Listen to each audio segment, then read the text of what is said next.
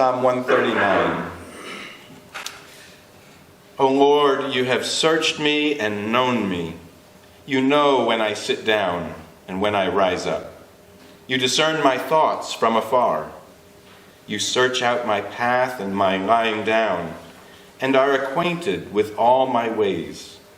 Even before a word is on my tongue, behold, O Lord, you know it altogether.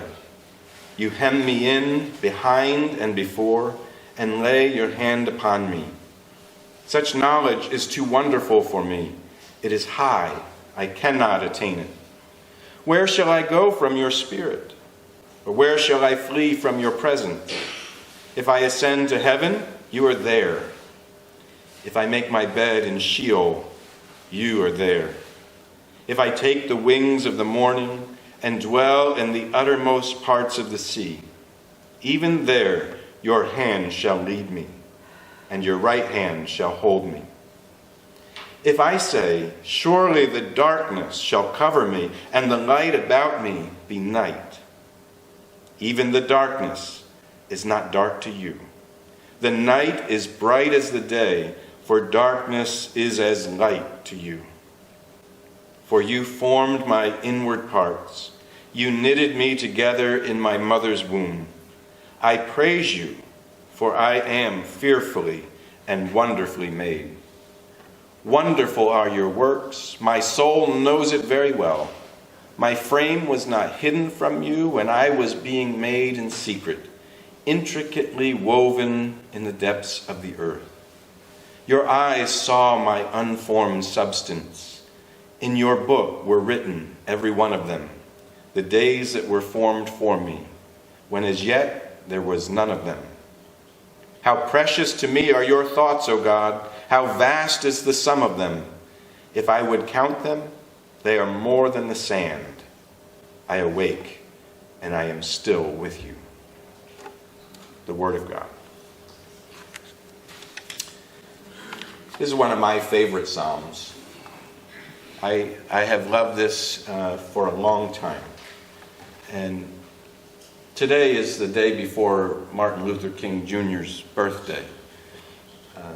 It's a psalm that expresses things that are very important in the themes that Martin Luther King addressed prophetically in our nation. Certainly, we could call him a modern prophet, couldn't we? He's a man who called our nation to recognize not just the equality of all people, but he spoke prophetically about justice and peace and the end of war. That war is an obsolete way of dealing with conflict and crisis in our nations. And he spoke in ways I wish we would listen to. It feels like we're moving further away all the time from where he was calling us as a people. Martin Luther King is one that I think we need to highlight in the year. I'm so glad that there is a day dedicated to remembering his life and ministry and prophetic voice. And Psalm 139 speaks to these same issues, at least in terms of who we are as a people. It is what I would call an anthropological view of, from a Christian and Jewish point of view, who we are. What God has created in us is something to be valued and treasured and is declared wonderful. Don't you love it? I am wonderfully made. Do you get up and say that? Less so now than you used to.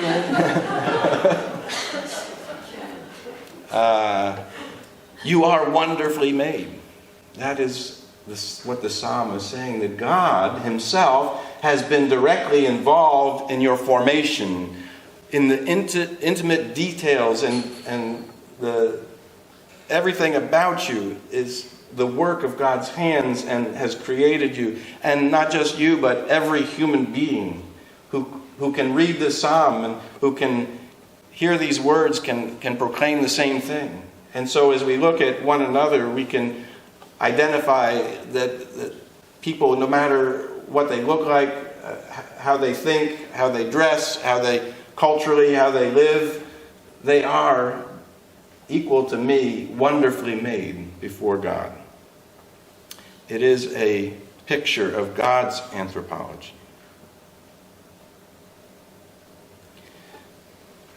You know, this, I find it that I get so emotional more now at this age than I used to, and I tear up, and I tend to do that in the pulpit, so I apologize if that is true right now, but I just looked down at my notes here to see the name of Jacob Carter. Someone I don't really know very well, but Jacob Carter was a good friend of our daughter, Bailey, in college. They went to Wheaton College together. He was really loved all across campus with his kind, gentle spirit, and during the time that we were in Germany, Jacob and his brother came and spent a few days with us. And we happened to be in the middle of moving from one apartment to another, so the house was just a disaster. And they came to Germany to see Germany, right? But they gave up their limited time and helped us move. And they did it with this wonderful spirit. It was extraordinary, I thought, that they would do that. They were spending time with Bailey, but they ended up moving boxes and furniture and carting it upstairs and downstairs, and they were really a delight. Jacob was murdered just a week ago, and he was on this street in Louisiana, and someone just came up, shot him, and left. Totally senseless. He doesn't live in Louisiana. He lived in Tacoma, Washington. He and his husband were in Louisiana on a vacation. I don't know what the cause. I can guess. And I think it would have to do with devaluing certain people. But I told you it was going to get... We live in a society that erupts so easily into violence. And you know I've talked about this quite a lot, and I've prayed about it quite a lot when there's been gun violence and multiple victims, and I think how desperately we need to change our laws about it. I did all that before when it was just distant. And this isn't as close as many families have experienced it, but this is someone I know. And I think when that distance is narrowed, you feel the intensity of it a little more strongly. I can't imagine the way the parents feel in Sandy Hook or in Texas, in Uvalde, Texas. Why is it that we can't do anything to change that situation? I'm particularly concerned with Jacob's death. I don't know. There's no suspect as far as I know at this point. He just got away with it. But I would assume that it might have had something to do with his sexuality. We are wonderfully made. That's what Psalm 139 says. First and foremost, we are the handiwork knit together. Can you see that picture of Psalm 139? Knit together by God's own hand. We are wonderfully made. There's nowhere we can go from God's presence. Nowhere we can go We can try. We can cross the ocean and try to get away, but God's there too. We can go to Sheol, which is another word for hell. Guess what? God's there too. We can go to the heights of heaven or the depths of hell. We can go and hide ourselves in the darkest corner, and the darkness is light to God. Guess what? He's right there. God is with us. God does not leave us. Well, Martin Luther King, like John the Baptist from our passage last week, John the Baptist was a prophet. The first prophet that the people of Israel had seen for a few hundred years. And Martin Luther King Jr. is like a modern prophet who speaks God's perspective, and we desperately need to hear his voice in our society, which is unthinkably still struggling with racism after all that we have been through. Anti-Semitism, even Nazism is growing in our streets and cities. Publicly, unashamedly growing, flying flags, and what has happened? I want to read to you, this is bring a little bit more levity, but also serious, and in the line of the civil justice message of Martin Luther King Jr. You may have heard this letter. It is a letter from Jordan Anderson in 1865. He is a former slave writing to his old master.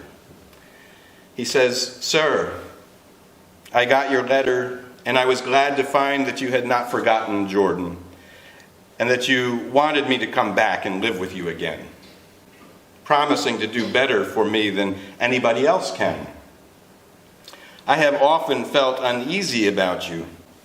I thought the Yankees would have hung you long before this for harboring Rebs they found at your house. I suppose they never heard about your going to Colonel Martin's to kill the Union soldier that was left by his company in their stable. Although you shot at me twice before I left you, I did not want to hear of your being hurt, and am glad you are still living.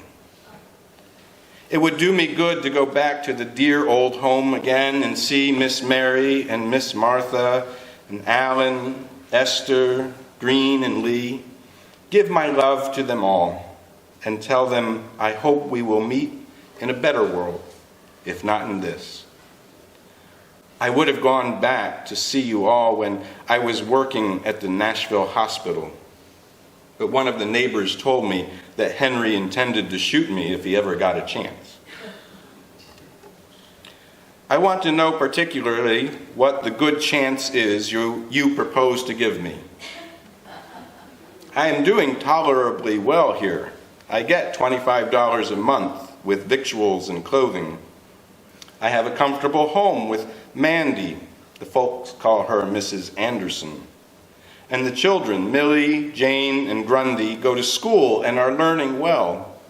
The teacher says Grundy has a head for a preacher. They go to Sunday school. Mandy and me attend church regularly. We are kindly treated. Sometimes we overhear others saying, "Them colored people were slaves down in Tennessee." The children feel hurt when they hear such remarks, but I tell them it was no disgrace in Tennessee to belong to Colonel Anderson. Many darkies would have been proud, as I used to be, to call you master. Now, if you will write and say what wages you will give me, I will be better able to decide whether it would be to my advantage to move back again. As to my freedom, which you say I can have, there is nothing to be gained on that score, as I got my free papers in 1864 from the Provost Marshal General of the Department of Nashville. Mandy says she would be afraid to go back without some proof that you were disposed to treat us justly and kindly, and we have concluded to test your sincerity by asking you to send us our wages for the time we served you. This will make us forget and forgive old scores and rely on your justice and friendship in the future. I served you faithfully for 32 years, and Mandy 25 years. At $25 a month for me and $2 a week for Mandy, our earnings would amount to $11,680.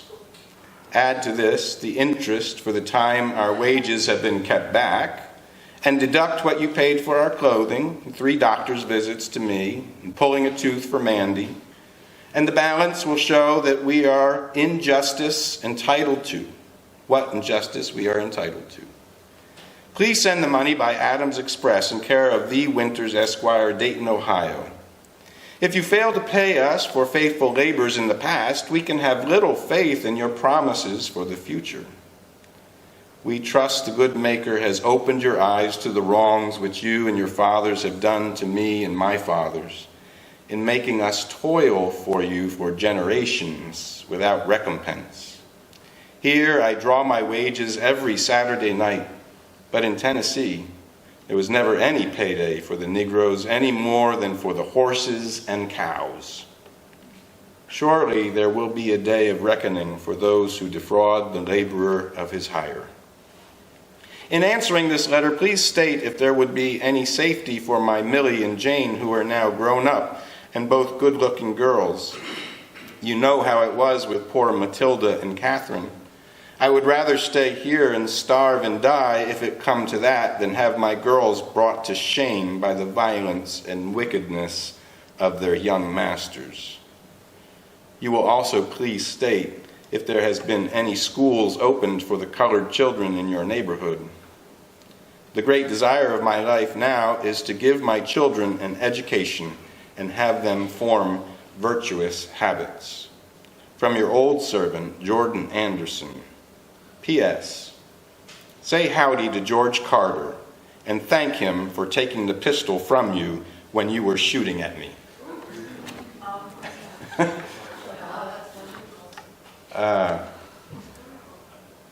He really gets to the heart of some issues in his offhanded or backhanded way, doesn't he?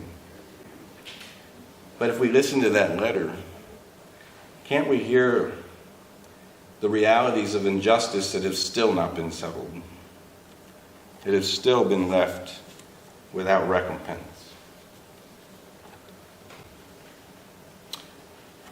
I hope that the words of the prophet that we've had the privilege of hearing directly, some of us at least, there's some young people here who haven't heard his voice maybe, but on this day before we celebrate Martin Luther King Jr.'s birthday, to remember what he stood for, and to remember that that's not anything new. The struggle for justice and equality has been throughout human history.